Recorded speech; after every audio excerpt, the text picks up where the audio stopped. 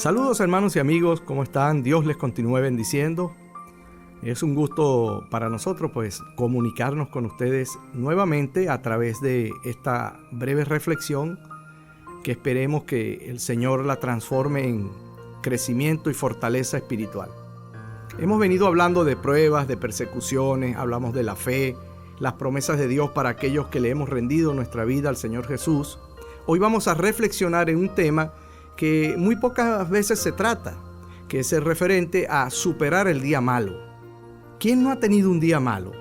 ¿Quién no ha recibido una mala noticia que ha cambiado su día? Y si no la ha tenido, tarde o temprano usted va a tener un día malo. De manera que este mensaje también le va a servir para anticiparse. La Biblia en ninguna parte dice que Dios va a impedir que recibamos el día malo, pero sí dice que todos los días hasta el fin del mundo Él estará con nosotros y nos va a socorrer cuando estemos en medio de este día malo.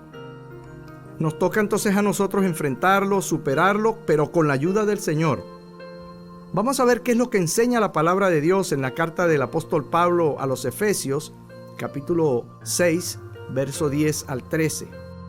Cito y luego vamos a entrar en el detalle de cada uno de los versículos. Preste atención y si tiene una Biblia, ábrala, Efesios capítulo 6, verso 10 al 13. Por lo demás, fortalezcanse en el Señor y en el poder o en el vigor de su fuerza. Vístanse de toda la armadura de Dios para que puedan hacer frente a las intrigas o las acechanzas, también hay otra traducción, del diablo. Porque nuestra lucha no es contra carne ni sangre, sino contra principados, contra autoridades, contra gobernantes de las tinieblas, contra espíritus de maldad en los lugares celestiales. Por esta causa, tomen toda la armadura de Dios para que puedan resistir en el día malo y después de haberlo logrado todo, puedan resistir hasta el fin, dice otra versión, entonces quedar o permanecer firmes. Esa es la finalidad de Dios, que permanezcamos firmes al final de ese día malo. En este pasaje hay tres verbos importantes que resumen cuál debe ser nuestra actuación como cristianos. En el verso 10 se nos manda a fortalezcanse. El 11 dice vístanse y el 13 dice tomen. Si usted lo habrá notado, los tres son verbos imperativos. ¿Qué significa eso? Que se emplean para expresar mandatos, órdenes, solicitudes, ruegos o deseos. En este caso, Dios nos ordena que seamos nosotros los que nos fortalezcamos, nos vistamos y tomemos. Nunca esperemos que Él u otra persona lo haga por nosotros. Erróneamente mucha gente piensa que Dios u otras personas son quienes deben hacer las cosas por ellos. Pero la Biblia enseña que esto no es así. Si yo no lo hago, nadie lo va a hacer por mí. Esa es la verdad. Y eso es el principio que está inherente en la palabra de Dios. Nosotros somos los que tenemos que fortalecernos, vestirnos y tomar la armadura. Veamos entonces lo que enseña el verso 10. Dice, fortalezcanse en el Señor, no en nada ni nadie más. ¿De qué manera? En el poder o el vigor de su fuerza. Nunca en nuestras fuerzas o en nuestra prudencia, sino totalmente en la suya, a través de la oración, del ayuno, la lectura de la Biblia. Esa es la manera que se hace. Muchos fallan al confiar en sí mismos. Es bueno creer en nosotros mismos, siempre y cuando nos fortalezcamos en Él y en el vigor de su fuerza. Eso es lo fundamental aquí. Luego se nos manda en el verso 11 a vestirnos de toda la armadura de Dios. No una parte de ella, sino toda. Porque cada implemento tiene un porqué y un para qué en la batalla espiritual que nos toca vivir a diario. Los versos 14 al 17 de Efesios 6 se nos detalla cuál es la armadura y su utilidad. Usted lo puede leer más adelante, allí mismo en este capítulo. Por supuesto que como nuestra guerra es espiritual, esta armadura también es espiritual. Pero el apóstol Pablo nos ilustra con una armadura romana real para que entonces usted y yo podamos entender bien el mensaje que Dios quiere enseñarnos. Ese es un tipo. Él usa la armadura romana para que nosotros podamos entender las partes de nuestro revestimiento para la guerra espiritual. ¿Con qué fin debemos vestirnos la armadura de Dios? Buena pregunta. Para poder hacer entonces frente a las acechanzas o las intrigas del diablo en contra de nosotros y de los nuestros. Él nunca descansa y siempre está urdiendo y ejecutando sus planes malévolos en contra del hombre, y más si es cristiano, porque antes éramos su propiedad, pero ahora que somos de Cristo, nos convertimos en sus enemigos. Usted y yo somos los principales enemigos del diablo, porque él busca destruirnos.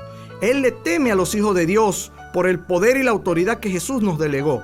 Por eso él no descansa en sus acechanzas.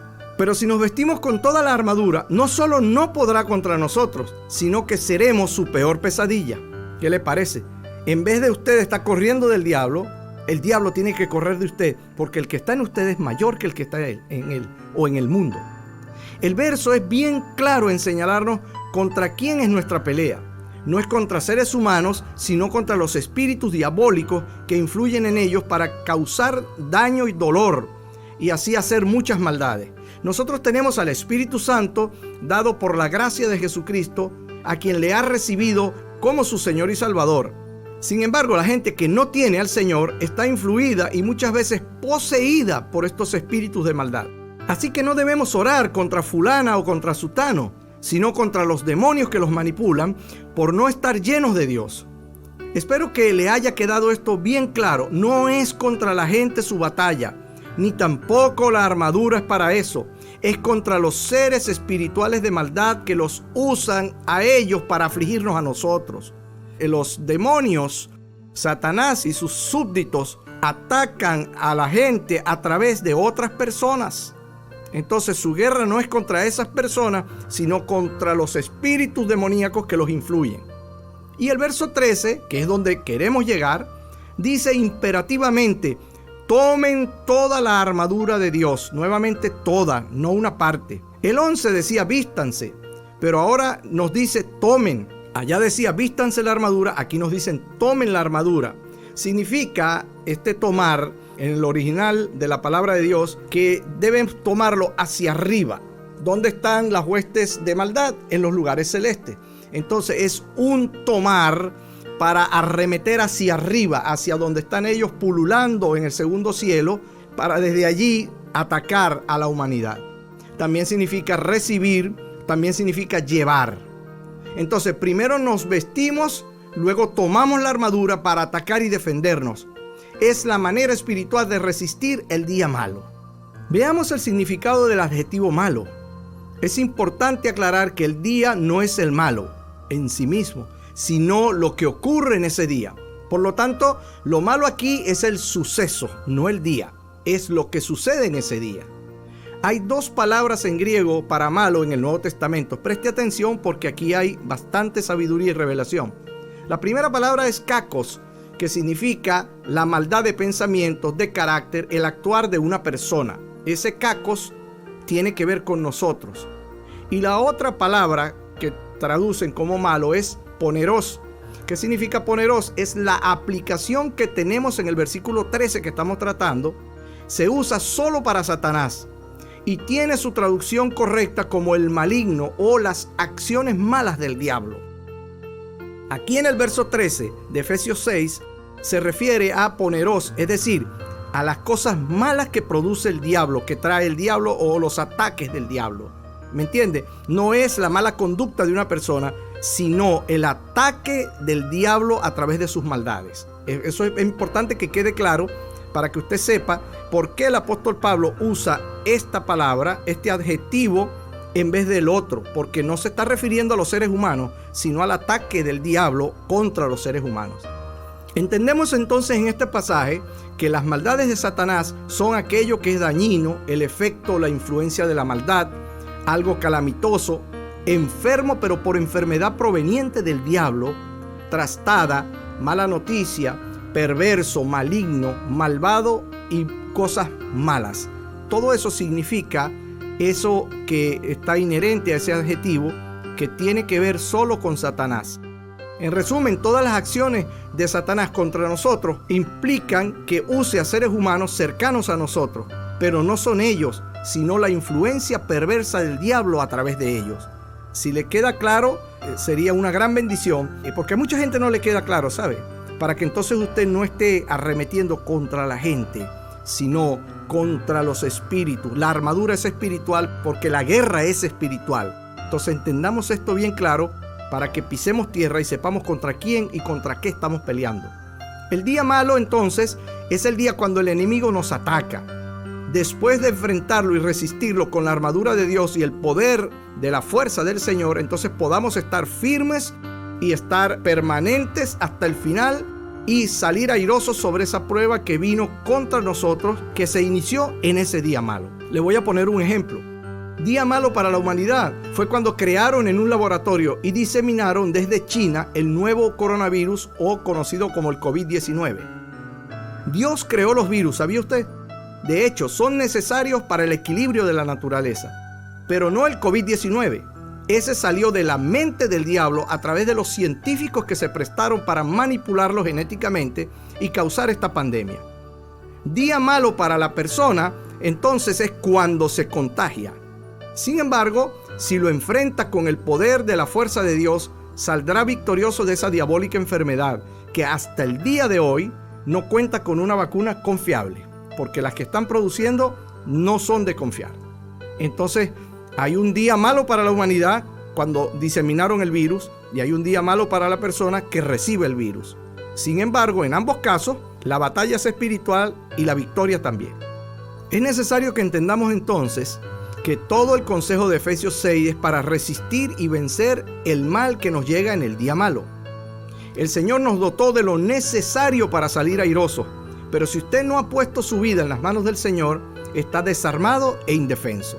Por eso le invito a recibir a Cristo Jesús en su corazón. Si desea hacerlo, si Dios puso esa convicción a través de su Espíritu Santo, yo le invito a que repita esta oración junto conmigo. Dígalo de corazón, con convicción.